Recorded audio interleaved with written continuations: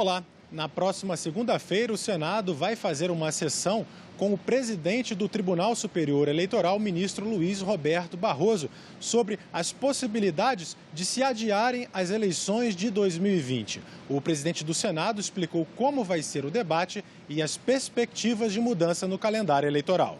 Aqui no Prodasem, aqui no nosso plenário remoto do Senado Federal, para que possa, a partir das 14 horas da próxima segunda-feira, ouvir, debater, falar com os especialistas, uma grande sessão de debate, para que esse sentimento possa contagiar o Senado Federal, contagiar o Parlamento brasileiro, de entendermos que é preciso, sim, fazermos o adiamento das eleições e para assegurarmos os prazos para todos aqueles que pretendem disputar as eleições. Na terça-feira, nós pautaremos esse substitutivo do senador Everton, para votação em primeiro e segundo turno, e vamos entregar, se Deus quiser, ainda na terça-feira, no máximo na quarta-feira, para a Câmara dos Deputados, para a gente poder garantir, principalmente, os prazos já estabelecidos, segurança jurídica e o fortalecimento da democracia. Temos eleição ainda esse ano. Estamos correndo para ver se consegue, ainda no final, até segunda-feira, meia-noite, depois da sessão dessa comissão geral,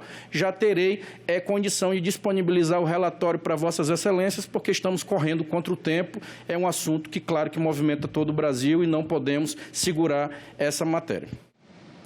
Como vimos aí, a mudança das datas depende de uma aprovação de uma proposta de emenda constitucional. E o tema já está em debate tanto pelos senadores como no TSE. O adiamento das eleições não é consenso entre os senadores. A única certeza até agora é a forma como o assunto deve tramitar na Casa, por meio de uma proposta de emenda à Constituição, que exige ser discutida e votada em 2 turnos em cada casa do Congresso antes de ser promulgada. O caminho é longo e a discussão apenas começou. A princípio, eu achava que devia esperar um pouco e depois das convenções que poderíamos se alterar ou não a data das eleições através da proposta de emenda constitucional. Nós não poderíamos ficar aqui naquela indefinição. Será que terá passado até outubro? Será que vai além de agosto? Então, nada mais racional, mais adequado do que protelar realmente para novembro. Eu não quero ser irresponsável para ir contra as recomendações que estão sendo emanadas de cientistas. Eles dizem que tem melhores condições com adiamento de 45 dias. Eu sempre defendi, senador, que nós adiássemos a eleição para que não houvesse eleição esse ano. Aí sim nós estaríamos salvando realmente vidas.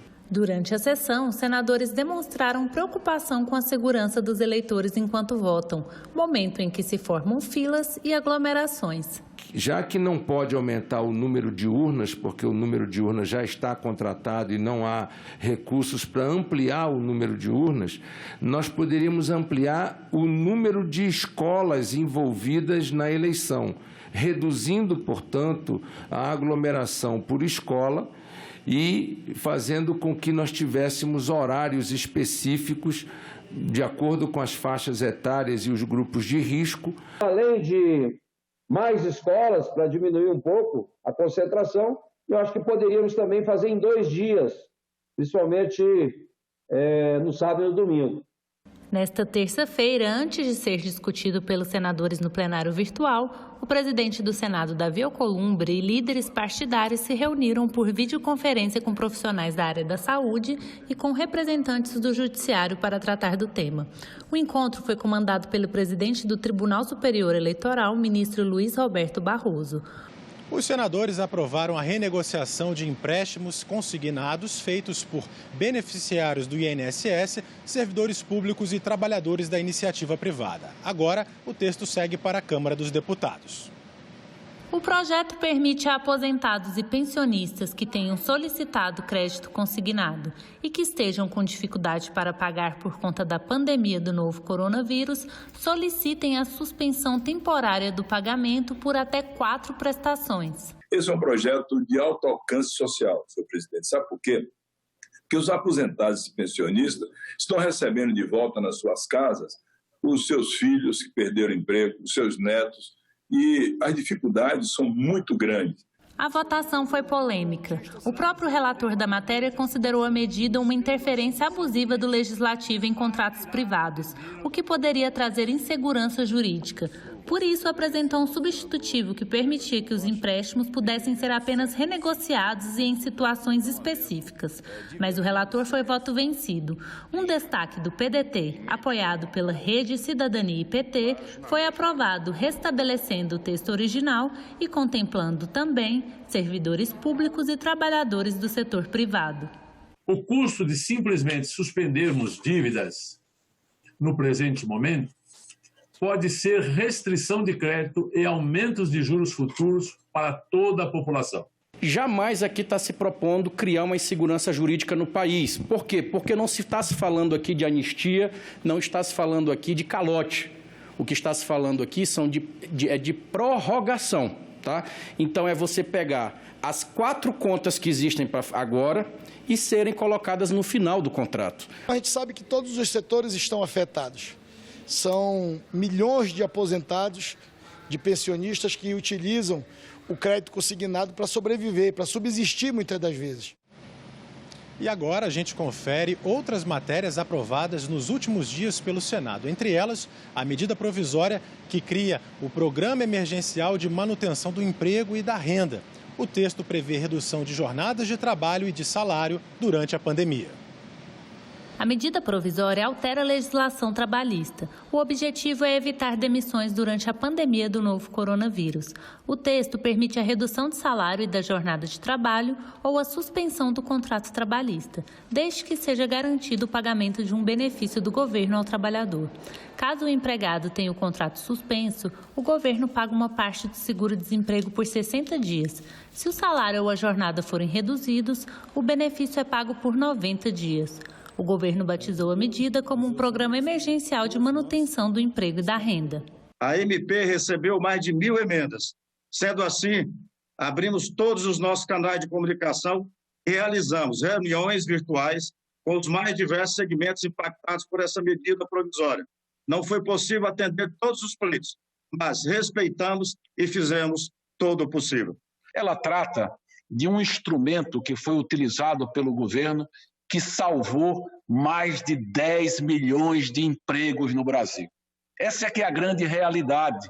10 milhões de trabalhadores brasileiros foram beneficiados com a suspensão do contrato de trabalho. Essa é uma medida provisória importante que a gente possa votar, aprovar e levar à sanção imediatamente. Por quê?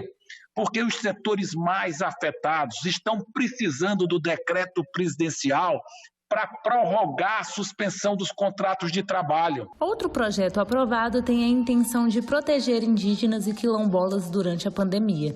O texto prevê medidas como oferta de testes rápidos, de medicamentos e de cestas básicas. Além disso, um controle mais rígido do acesso às terras indígenas para evitar a propagação da doença. Os senadores também aprovaram uma proposta para fortalecer a assistência social durante o estado de calamidade pública. O projeto autoriza que estados, Distrito Federal e municípios utilizem os recursos dos respectivos fundos de assistência social que não foram executados até 2019 em ações emergenciais de apoio à população carente. São recursos que não foram utilizados até o final do ano e também não foram devolvidos. E os contadores das prefeituras não aceitam os prefeitos gastarem com medo da lei de responsabilidade fiscal. E agora, transformando em lei, chegou ao final do ano, nós poderemos autorizar a gastar no ano seguinte este fundo da assistência social. Deve ser votado nos próximos dias pelo Senado um projeto de lei para tentar evitar a disseminação de informações falsas na internet. Uma pesquisa do Data Senado mostra que quase metade da população brasileira não sabe do uso de robôs na distribuição de mensagens em aplicativos como o WhatsApp e o Facebook. 46% das pessoas não sabiam que alguns perfis na internet podem ser controlados por programas de computador, os chamados robôs. Acredita-se que o uso desses perfis está relacionado à distribuição de notícias falsas. A questão do combate a robôs que se passam por pessoas que são inautênticos, ela é sim um consenso, tanto na sociedade quanto no parlamento, porque o que a gente quer são pessoas interagindo com pessoas e quando há robôs que eles sejam identificados e que eles tenham um propósito muito claro. 82% da população não sabiam do uso de robôs para distribuir notícias falsas nas redes sociais. Em debates políticos, os robôs são usados para atacar opositores e forjar discussões, além de manipular debates. O problema não está na fake news amadora, que é feita, né? Alguém tem uma percepção errônea da realidade, faz postagens que estão equivocadas, mas não faz isso de maneira profissional. O problema aqui é a fake news profissional, que é com uma agência que é muito bem paga para desenhar fake news, para atingir as pessoas. Boa parte dos brasileiros quer saber quais mensagens são distribuídas de forma automatizada. 75% das pessoas acreditam que os perfis controlados por robôs devem conter um aviso. Esses dados mostram que tudo que a gente está fazendo está em alinhamento muito estreito com aquilo que um brasileiro médio quer fazer.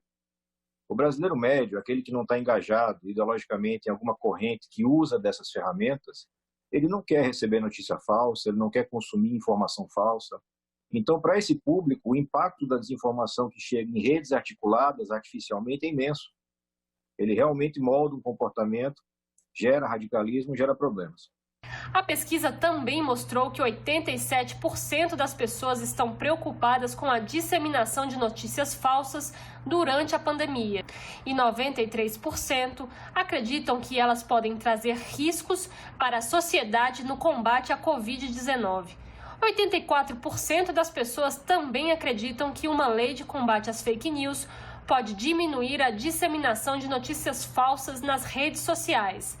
E mais de 90% das pessoas acham que a rede social deve ter algum tipo de responsabilidade no combate às informações falsas. É muito claro que as plataformas não querem ter responsabilidade, né? O modelo de negócios delas é altamente lucrativo e por conta da definição legal que você tem e do domínio que eles têm exclusivo da tecnologia, você consegue praticamente ter isenção de responsabilidades por parte das plataformas.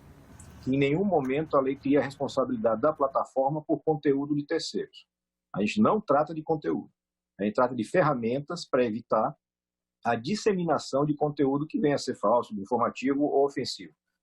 O projeto que o Senado está discutindo para combater as fake news deve atuar em 3 frentes: as contas falsas, as redes de distribuição automatizada da informação e o patrocínio velado.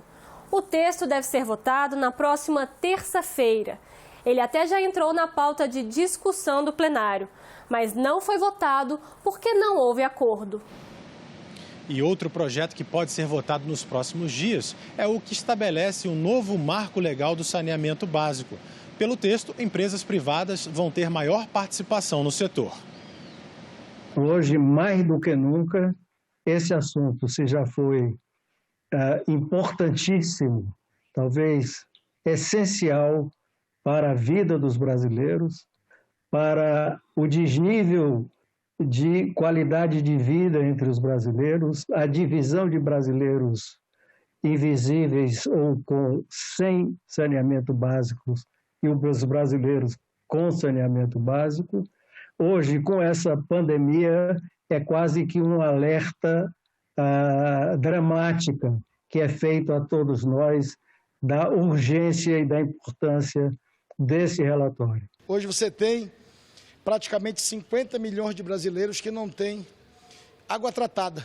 E você tem 100 milhões, quase metade da população brasileira que não tem esgoto. Esgoto é saúde, água é saúde, e é importante darmos uma resposta para a retomada do pós-coronavírus. E para protegermos isso, para darmos segurança jurídica, para darmos condições de investidores virem de outros países. Então nós vamos estar injetando recurso novo, gerando emprego, gerando riqueza e ao mesmo tempo dando saúde, salvando a vida dos brasileiros. O anúncio contrariou alguns líderes de partidos. Eles defendem que o texto seja votado somente após o retorno das atividades presenciais em plenário e não durante o período de pandemia do novo coronavírus. Não desconheço a importância muito bem dita pelo senador Tasso, mas eu não concordo, absolutamente não concordo, porque não participei de reunião alguma que tivesse havido a consensualização em torno da marcação para que nós debatêssemos e votássemos esse marco regulatório. Acho que devemos votá-la, sim, sem nenhuma dúvida, mas no sistema presencial. No sistema remoto, creio que não. Não vejo nenhuma relação com a pandemia do coronavírus, até porque saneamento básico tem a ver com doenças veiculadas pela água, não pelo ar, que é o caso do coronavírus. Eu acho que esse tema deveria ser analisado no retorno da atividade presencial. Nós passamos aproximadamente 3 meses discutindo esse assunto. Fizemos mais de 20 audiências públicas que compareceram todas as opiniões sobre o assunto, foram discutidos todos os aspectos sobre esse assunto. Também não posso entender o argumento de que não tem nada a ver com a pandemia, quando a principal orientação que é dada por todos os médicos do governo do estado aqui do Ceará, do governo federal, é lave as mãos. Lave as mãos. Vá no bairro de Fortaleza ou de qualquer outra cidade do Brasil, de Maceió, de Natal, de Tocantins, de qualquer São Paulo mesmo. E você vai ver gente que não tem água na porta de casa para lavar as mãos, não tem água limpa para lavar a mão, e a água que chega à sua casa ainda é contaminada pelo esgoto. Com a pandemia da Covid-19, a internet tem sido uma porta de comunicação com o mundo fora de casa. Mas ainda são muitos os brasileiros que não têm acesso à rede. E um projeto em tramitação aqui no Senado pode mudar essa situação. Com as escolas fechadas em todo o país desde março, as aulas online são uma alternativa para que crianças e adolescentes continuem estudando. Mas a falta de acesso à internet pode causar evasão escolar. Os dados preliminares de uma pesquisa do cetic.br, órgão ligado ao Comitê Gestor da Internet no Brasil, apontam que 11% de crianças e adolescentes de 9 a 17 anos não usam a internet. Essa exclusão é ainda maior entre os que vivem nas áreas rurais, nas regiões Norte e Nordeste, e entre os domicílios das classes D e E. E 4.800.000 crianças e adolescentes não têm acesso à internet em casa, 17% de todos os brasileiros nessa faixa etária. Os dados que foram divulgados em maio pelo Fundo das Nações Unidas para a Infância, o UNICEF, fazem parte da pesquisa TIC Kids Online 2019, que será lançada na íntegra no fim de junho. Nesse momento em que as pessoas precisam ficar em casa, em que as aulas foram suspensas, a falta de acesso à internet dificulta a que as crianças e adolescentes que não têm acesso em casa não consigam fazer uma relação com a escola, manter um vínculo com a escola, receber conteúdos, atividades. Uma proposta de autoria do senador Dário Berger, que é presidente da Comissão de Educação, prevê que as operadoras de internet de banda larga, fixa e móvel não descontem os dados usados em aplicativos de ensino à distância, nos pacotes contratados por estudantes de escolas públicas ou pelos pais ou responsáveis. Esse benefício deve durar até 1 ano depois do fim da pandemia. Os custos das operadoras vão ser descontados na contribuição anual devida ao FUST. Esse é o fundo responsável por levar serviços de telecomunicações para onde não há viabilidade comercial. A ideia inicial é a de que os donos das linhas telefônicas, comprovando as matrículas dos filhos em escolas públicas, tenham a gratuidade no acesso às plataformas educacionais. Desde a apresentação do projeto, tenho recebido inúmeras contribuições para o aprimoramento da ideia, o que mostra a importância de aprovarmos essa matéria. Ficou patente nesses dias em que a conectividade ela passou a ser um bem essencial e para os alunos da rede pública é fundamental que eles tenham acesso a toda a base educacional disponível em sites, aplicativos, em plataformas. Então, entendemos que o projeto endereça por um sentido correto com a aplicação dos fundos setoriais. E aqui no Senado, os parlamentares começaram a debater a previsão de produção de uma vacina no Brasil contra o coronavírus. 2.000 brasileiros vão ser voluntários em testes mundiais para encontrar uma vacina contra a doença. Mais de 400.000 mortes.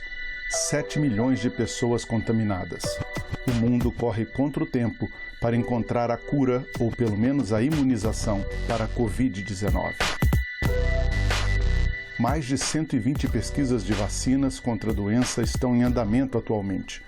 Uma dúzia delas já em fase de testes clínicos em seres humanos, que é quando se busca comprovar a segurança e a eficácia da vacina. É importante que a gente tenha alternativas, que cada uma dessas diferentes estratégias vai produzir uma resposta imunológica diferenciada. Então, por isso que é importante a gente ter o maior número possível de estratégias sendo testadas. Michael Ryan, diretor executivo da Organização Mundial de Saúde, diz que encontrar rapidamente uma vacina contra a Covid-19 é um desafio bem grande, mas ele assegura que a OMS já tem a estrutura e os mecanismos para isso. A distribuição da vacina vai ser feita aproveitando a estrutura de colaboração que envolve os países membros, as organizações multilaterais e não governamentais, além da sociedade civil. Depois de ficar fora da aliança global criada pela Organização Mundial da Saúde para acelerar a descoberta da vacina, o Brasil recebeu nos últimos dias notícias animadoras sobre a sua participação. O Brasil tem capacidade de produção, aliás, não só de produção.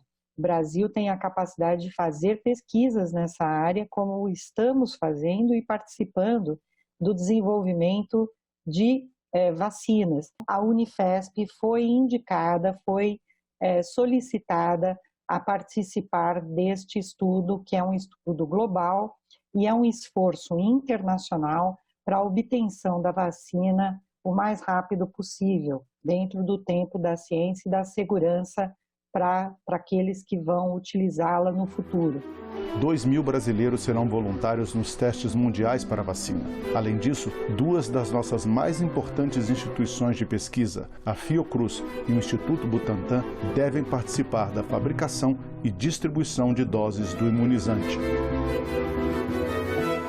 Ela está em estágio avançado, que significa fase 3, que é a fase em que pode ser aplicada com segurança para alguns grupos específicos de pessoas. Eles serão observados para verificarmos a eficácia da vacina. Essa parte do estudo deve levar os próximos meses, 6 meses pelo menos, a 1 ano. Em um tempo recorde, quiçá teremos então uma vacina eficaz que possa proteger a população e que possa ser produzida para ser administrada em larga escala.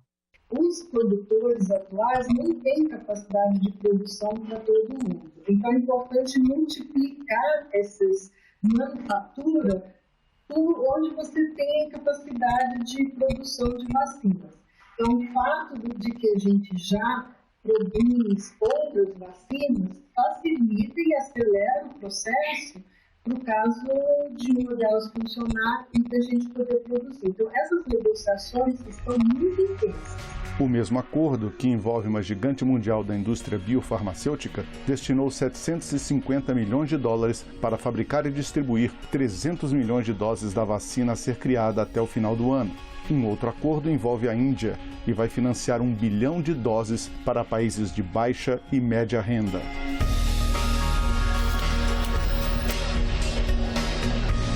A entrada do Brasil nesse esforço mundial foi destacada por diversos senadores, como o presidente da Comissão de Relações Exteriores, Nelsinho Tradi. Ao se descobrir essa vacina, em o Brasil não estando nesse consórcio global, nós iríamos ficar lá para o final da fila. Quem sabe nem iríamos participar desses testes e dessa descoberta. Isso foi superado, o Brasil está reinserido e na torcida para que com os nossos competentes médicos e cientistas a gente possa descobrir logo essa vacina do coronavírus. Não somente nós poderemos fazer parte do grupo de pesquisadores em busca da vacina e do tratamento, como poderemos ser beneficiados pela aquisição de um produto que venha a ser descoberto sem a necessidade do pagamento de patentes, royalties, enfim, no esforço que é para efetivamente garantir acesso a todos, em todo o mundo, a esse benefício tão crucial para a humanidade. A Aliança Global foi lançada pela OMS no final de maio, com a adesão da União Europeia, de países como a França, a Alemanha, Itália e Espanha, e de lideranças mundiais como o bilionário Bill Gates, com o propósito de arrecadar pelo menos 8,5 bilhões de dólares para investir nessas pesquisas. Uma semana depois, o presidente norte-americano Donald Trump anunciou a saída dos Estados Unidos da OMS. O presidente Jair Bolsonaro também disse que o Brasil avalia deixar a organização. Os dois países acusam a OMS de ser politicamente influenciada pela China, a quem responsabilizam pela pandemia. A China, aliás, não faz parte da Aliança Global e realiza suas pesquisas pela vacina individualmente. A OMS nega essas acusações e diz que trabalha para assegurar o acesso à vacina para todos os países. Many leaders said that vaccine should be a global public good, and that political commitment and leadership will also be very important. We hope that when the product is available, or when the product is ready, when vaccine is available, we believe that it can be accessed by those who needs it. E nós ficamos por aqui. Você pode rever as reportagens desta edição na nossa página na internet, senado.leg.br/TV. Muito obrigado pela sua companhia e até a próxima.